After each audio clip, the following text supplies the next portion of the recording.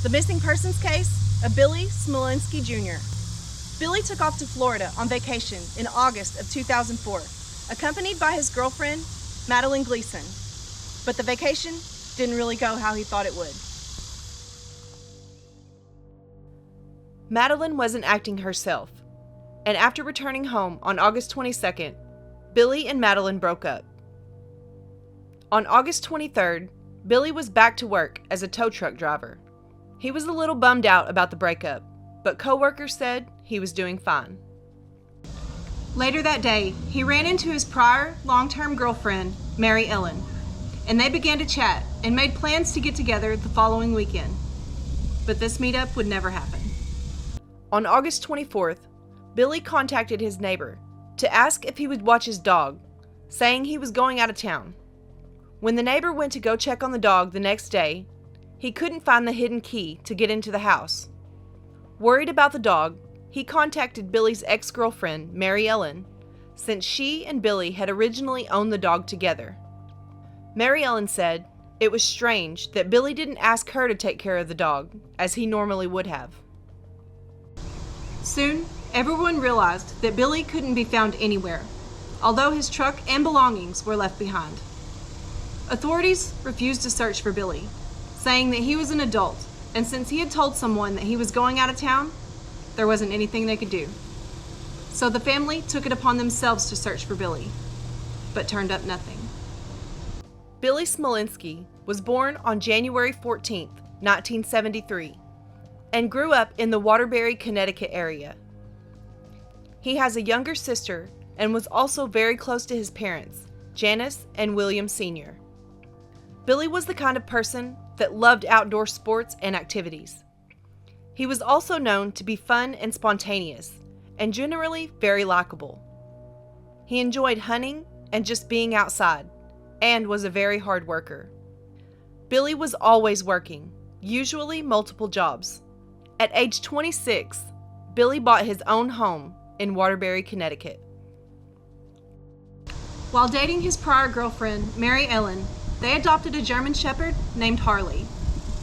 Although Mary Ellen and Billy ended up parting ways, they stayed close and stayed friends, in part due to Harley, but also because while their relationship wasn't working out, they were still able to be good friends.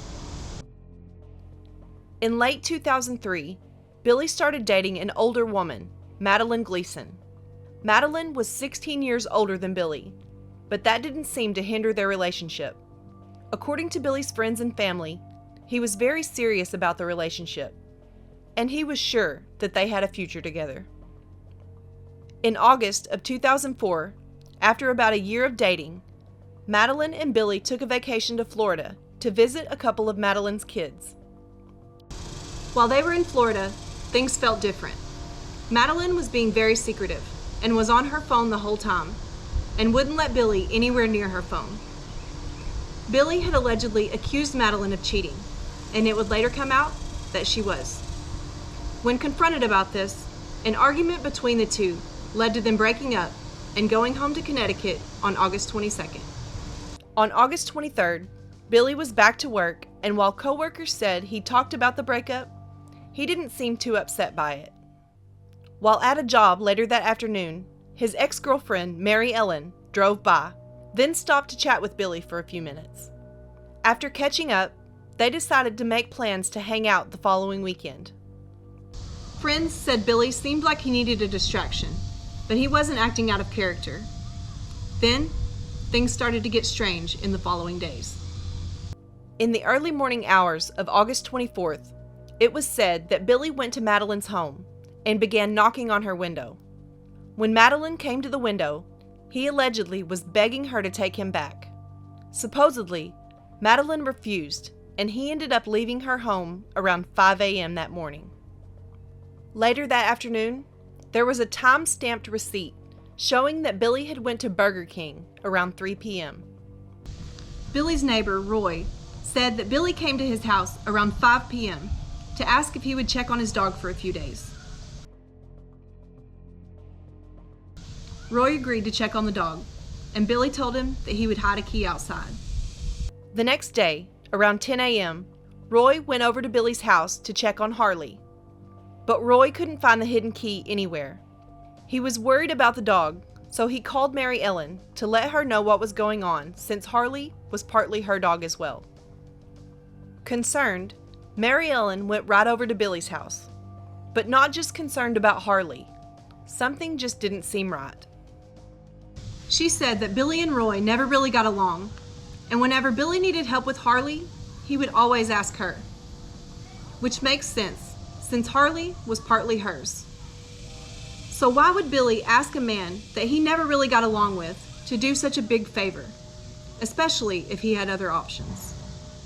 Mary Ellen could just sense that something wasn't right as she was heading to Billy's house.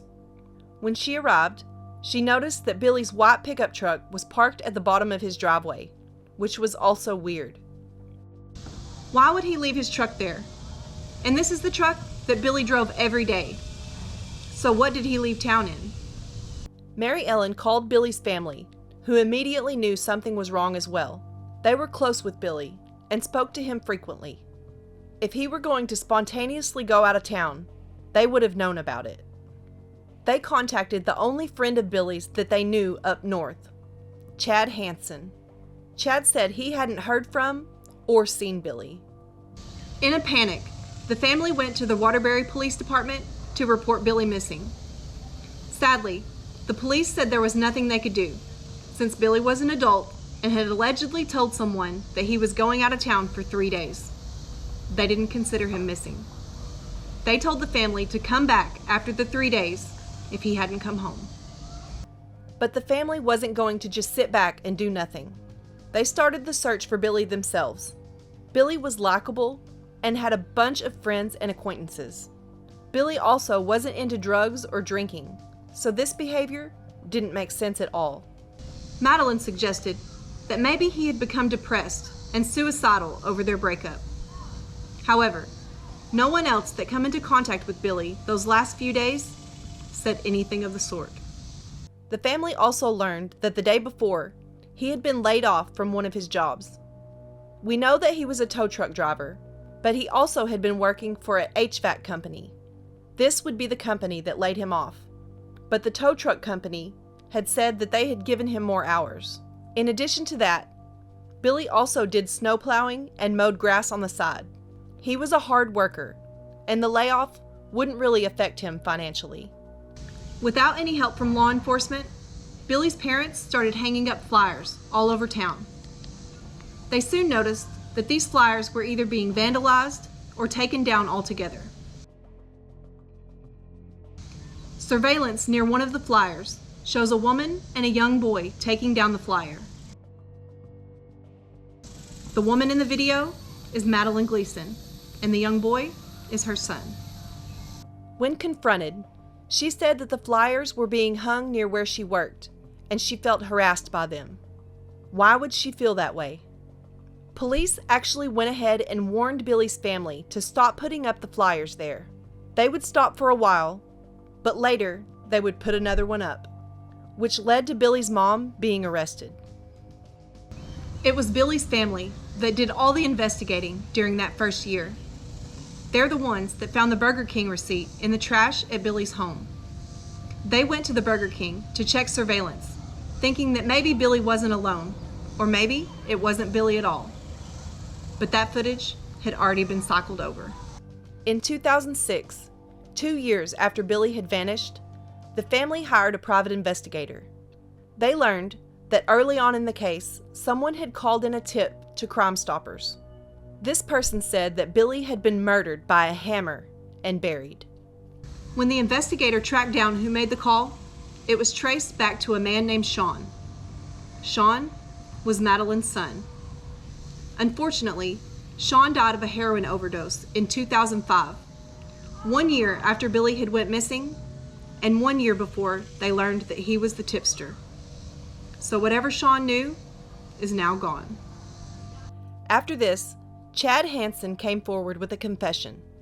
He said that Sean Karpiuk had murdered Billy and buried him, and he had helped him cover up the crime.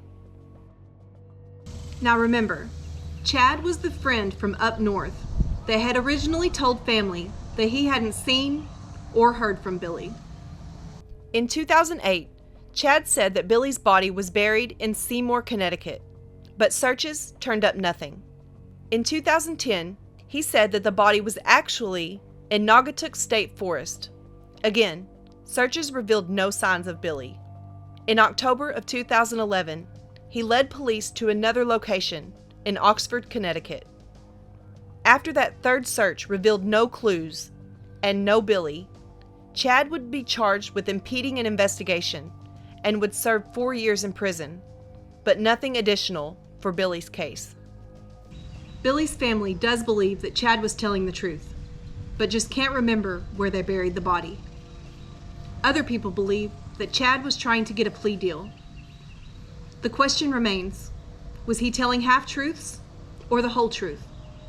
Does he know for sure that Billy was murdered? The family did continue to search for Billy in their own way, searching through remote areas, searching the river, and anywhere else they could. In 2012, Madeline Gleason sued Billy's family for harassment and won a $52,000 settlement. In 2015, after an appeal by the Smolinski family, that was reversed. Come to find out, Sean might have had the motive to harm Billy if he was intervening in his mother's love life. But did Madeline know about it? Many think she knows more than she has said. As the years went on, different investigators did finally pay more attention to the case, but the damage had already been done. No early investigation was done when the clues would have been more prominent. No testing of the truck for evidence, the house, or further questioning of any other people known to Billy. This would also prompt Billy's Law. Billy's family never gave up the search for answers. They do believe that their son was likely murdered, but they still want to find their son and bring him home. Answers would be such a relief. They also learned through their struggles just how flawed the system is in helping in missing persons cases. It was this struggle and process which inspired them to push for legislative change.